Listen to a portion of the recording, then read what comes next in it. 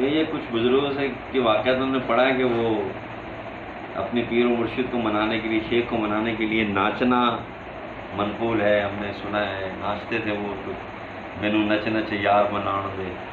हाँ नाचना वो भी मर्द के लिए क्या ये दुरुस्त है? देखिए, ये वो वाक़यात हैं कि जिनकी बस ये वाक़यात हैं, बस अवामी वाक़यात हैं, कोई शरई हैसियत इनकी है नहीं,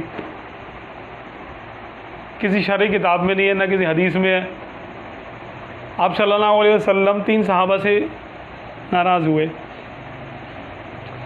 और ऐसे नाराज़ हुए कि उसका जिक्र कुरान पाक में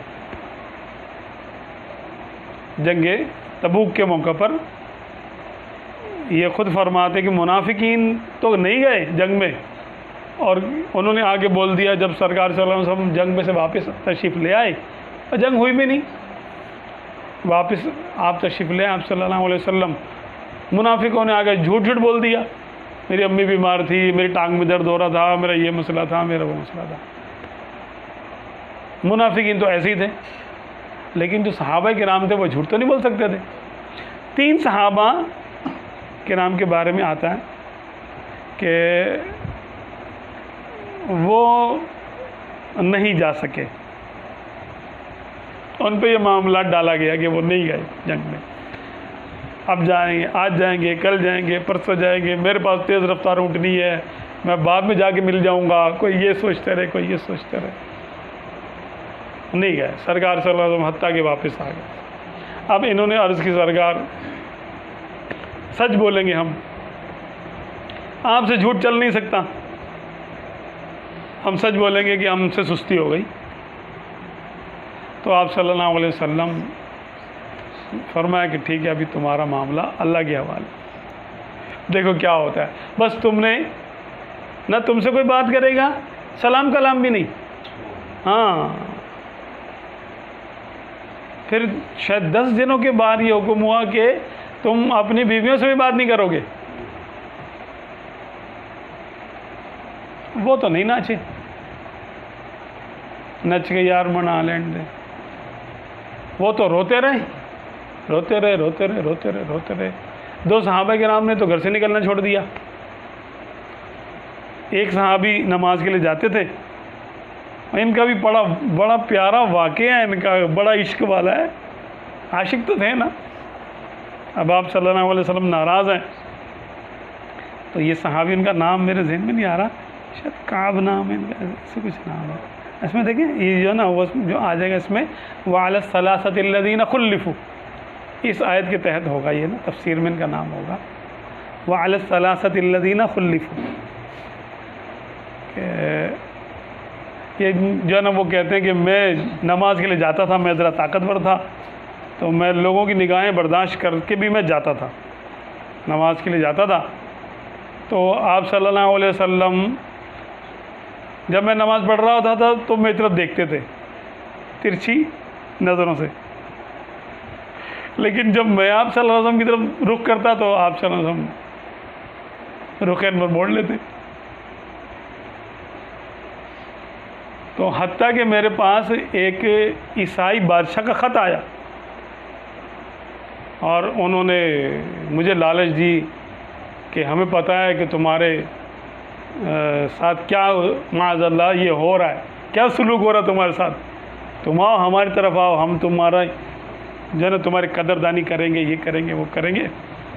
तो इन्होंने तो बहुत रो वो ख़त फाड़ दिया और कहा कि अब ये मौका आ गया है, ये मेरी ज़िंदगी में ये मौका आ गया कि मुझे कुफ़ार जो हैं इस मेरे ईमान से फेरने की तमा करने लगे, यानी वो समझते कि मैं उनकी तरफ चला जाऊंगा, ऐसा समझते हैं मुझे कुफ़ार।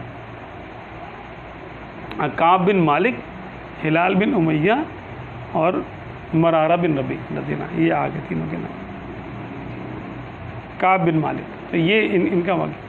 अब इन्होंने तो देखें कभी इनसे तो मनकूल नहीं है, बल्कि तो रोते रहते थे हर वक्त, तौबा करते रहते थे, माफ़ी मांगते थे, या अल्लाह, क्योंकि ये किसी को सलाम करते थे कोई जवाब नहीं देता था इनको। कह रहे मैंने एक दफ़ा अपने एक रिश्तेदार से मैंने पूछा, उसकी दीवार से मेरी दीवार मिली हुई थी, तो मैं दीवार पे चढ़ा, मैंने कहा अस्सलाम वालेकुम, तो उसने यूँ देखा, कुछ नहीं बोला। मैंने कहा अल्लाह, क्या तुम्हें लगता कि मैं मुनाफिक हूँ क्या? मोमिन नहीं लगता मैं तुमको क्या? सलाम को तो जवाब दे दो मुझे। तो क्या मैं मोमिन हूँ या काफिर हूँ तुम्हारे ख्याल के मुताबिक? तो उन्होंने इतना जवाब दिया, अल्लाह व रसूल आलम, अल्लाह उसका रसूल बेहतर जानता। हम क्या कह सकते तुम मोमिन हो काफिर हो? और सहाबा किराम का इश्क कैसा था और अमल करने वालों का इश्क कैसा था कि बीवियों ने भी कतई ताल्लुक़ कर लिया, बात भी नहीं कर रही। अल्लाह तबारक व तआला ने इरशाद फरमाया, हत्ता दाक़त अलैहिमुल अर्द बिमा रहबत, कि ऐसा हुआ कि ज़मीन अपनी वसी होने के बावजूद उन पर तंग हो गई। वो तो नहीं ना चाहिए। या फिर किसी के वाक़े को दलील बना के वो भी इस्तेमाल है। मैं वही कह रहा हूँ कि वो एक वाक़या अल्लाह जाने हुआ था कि नहीं हुआ था। अब और सुन्नियों में तो हमारे ये है ना, सूफिया की तरफ से जो भी आ जाता है, या सूफिया के मत्थे मार देते हैं, सूफिया के जो ना गले डाल देते हैं, भाई वो फ़लाँ सूफ़ी ने यूँ किया था, ना उसको शरीयत पे परखते हैं, ना उसको सहाबा किराम के मामलात पे देखते हैं, ना और किसी बुज़ुर्ग के मामलात पे उसको लेते हैं, और बस चल पड़ते हैं और चल सो चल। अब वो कवालियों में आ गया, वो गानों में आ गया, और चाहे वो कुरान से टकरा रहा है या वो हदीस से टकरा रहा है। हाँ हम ऐसा नहीं करेंगे, हमारा ऐसा कोई वो नहीं है। बहुत ज़रूरत है कि सूफिया के मामलात को शरीयत की पे परखा जाए, जो इन पे चल रहा है ना अभी। हाँ, शरीयत क्योंकि सब पे जारी है शरीयत। कौन सा ऐसा गौस कुतुब वली है जिसको शरीयत से मावरा है? सूफिया पर भी शरीयत लागू है। सूफिया पे तो वो अपने पे ज़्यादा लागू करते हैं। जो असल सूफ़ी होते हैं वो तो मजज़ूब भी हो तो शरीयत का एहतराम करेंगे। जज्ब सादिक की पहचान ही है कि जब आप उसको शरीयत का हुक्म देंगे वो सर झुकाएगा। सच्चे मजज़ूब की पहचान ये है कि उसके सामने हुक्म शरई बयान करो वो झुक जाएगा। सही कह रहे हो। हत्ता के हालांकि वो अपने मामलात में वो अकल में नहीं है, वो मरफूल कलम है, लेकिन जब उसको आप शरीयत का वास्ता देंगे, भाई शरई हुक्म है ये, झुक जाएगा। हुसैन बिन मंसूर हल्लाज, हुजूर गौसे आज़म रज़ियल्लाहु अन्हु का कौल है कि मेरे से पहले मेरे भाई मंसूर का, हुसैन बिन मंसूर का पाँव फिसला, उन पर जज्ब तारी हो गया, उन्होंने कुछ कह दिया, अनल हक उन्होंने कह दिया। तो उस ज़माने में कोई ऐसा नहीं था जो उनका हाथ पकड़ता और उनको उनकी कैफियत से बाहर लाता। फरमाते हैं अगर मैं उनके ज़माने में होता या वो मेरे ज़माने में होते तो मैं उनका हाथ पकड़ता, उनकी दस्तगीरी करता, उनको उस कैफियत से बाहर ले आता। कितने बड़े बुज़ुर्ग थे, शरीयत की तलवार इन पर आई, बिल्कुल आई, बिल्कुल आई। और उन्होंने खुशी खुशी सज़ा को कबूल किया कि मेरी सज़ा यही है, करो, मुझे सज़ा दो।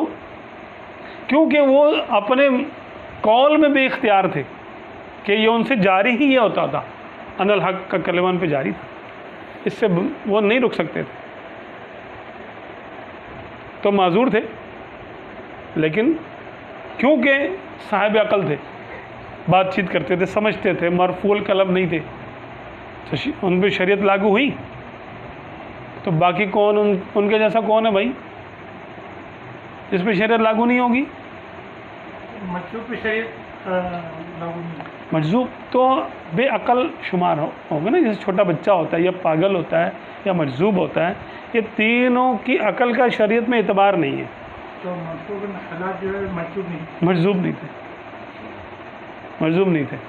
अब की उलमा उनकी बातों की तारीफ निकालते हैं, तो पहले वालों में क्यों नहीं निकाली? देखिए उस वक्त हर मामला हर एक पे खुल जाए,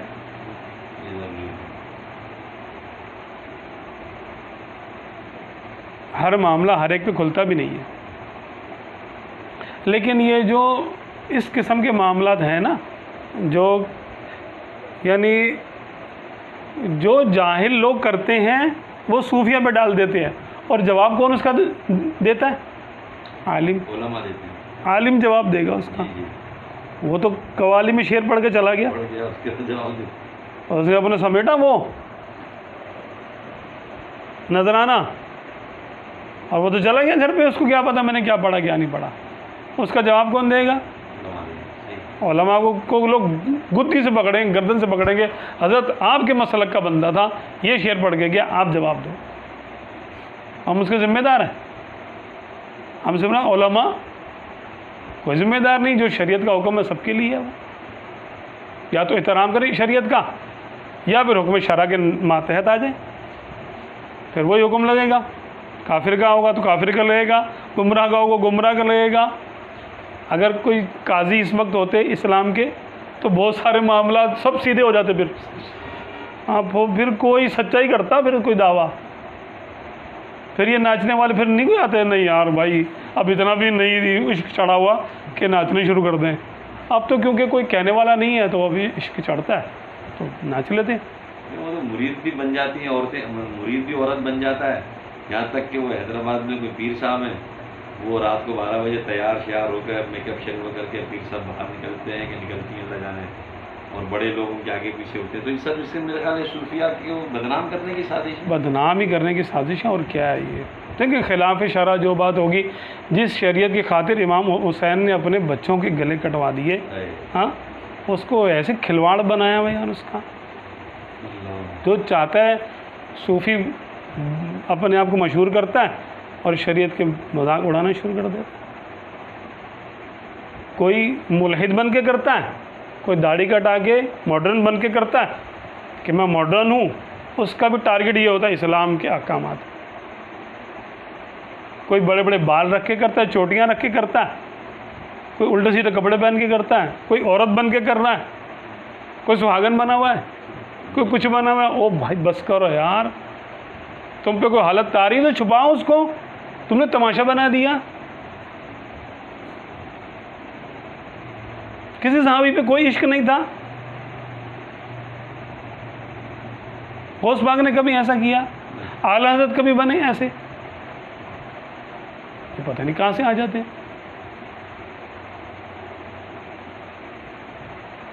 इसको छोड़ना चाहिए बिल्कुल। शरीयत के मातहत जो आ जाए वो ठीक है, वरना उसको हम इनकार उसका करेंगे, भाई हम नहीं मानते इसको। किसी के घर की शरीयत नहीं है। शरीयत वो जो कुरान और हदीस में आ गई, बुज़ुर्गों से साबित हो गई। अगर किसी के ज़ाती अहवाल है अपने घर पे रखे उसको, तो हुक्म भी यही है। क्या पता सही है, ये वो शैतान का मातहत हो चुका है, हमें क्या पता उसका। किसी का भी हाल जुनैद बगदादी रज़ियल्लाहु अन्हु फरमाते हैं कि हम पर जो वारदात नाजिल होती है हम उसको शरीयत पे पेश करते हैं। अगर शरीयत के मुताबिक होती है तो कबूल करते हैं, वरना दीवार पे दे मारते हैं। हुज़ूर गौस पाक के भी सामने शैतान आ गया था कि मैंने तुम पर हलाल कर दिया, जो कुछ हराम था तुम पे हलाल कर दिया। उन्होंने कबूल कर लिया था क्या? हाल तो उन पे भी आया था, वारदात तो उनके साथ भी हो गई थी। इस मखमसे से निकल आए। शरीयत का हम एहतराम करें या शख्सियत का करें यार? किसका करें बताओ? शरीयत का एहतराम है। शरीयत किसकी है? अंधी तकलीफ जायज़ नहीं है। अंधी तकलीफ किसी की जायज़ नहीं है सिवाय आप सल्लल्लाहु अलैहि वसल्लम। वहाँ सवाल नहीं करना, वहाँ सवाल नहीं करना। क्यों? वो गैब की बात है और वहीं से मुंसलिक है सारा मामला। यहाँ पे ज़न्नियात है, और अगर इसका हाल दुरुस्त होने का फ़ैसला कुरान और हदीस से किया जाएगा कि तुम्हारा हाल दुरुस्त भी है या शैतान के मामलात हैं। शैतान कितने, और उसमें जो ना चलाता बंदे को। उसने कहा था जब हुज़ूर गौस पाक ने उसको जवाब दिया कि ये काम तो आप सल्लल्लाहु अलैहि वसल्लम पे भी जो है ना हलाल नहीं हुए थे, हराम काम तो मुझ पे कैसे हो सकते हैं? तो उसने क्या बोला कि तुम्हें तुम्हारे इल्म ने बचा लिया। तो आपने फरमाया मुझे मेरे रब के फजल ने बचाया। उसने कहा कि मैं इतने इतने औलिया को ये बातें करके गुमराह कर चुका हूँ। तो क्या थे वो? औलिया थे ना, जो गुमराह हुए थे? कुछ उनको कश्फ करामत हासिल हुआ होगा तभी तो वो इस मकाम पे आए होंगे। जब तक ईमान पे मौत ना हो जाए किसी का एतबार नहीं है कश्फ करामत का।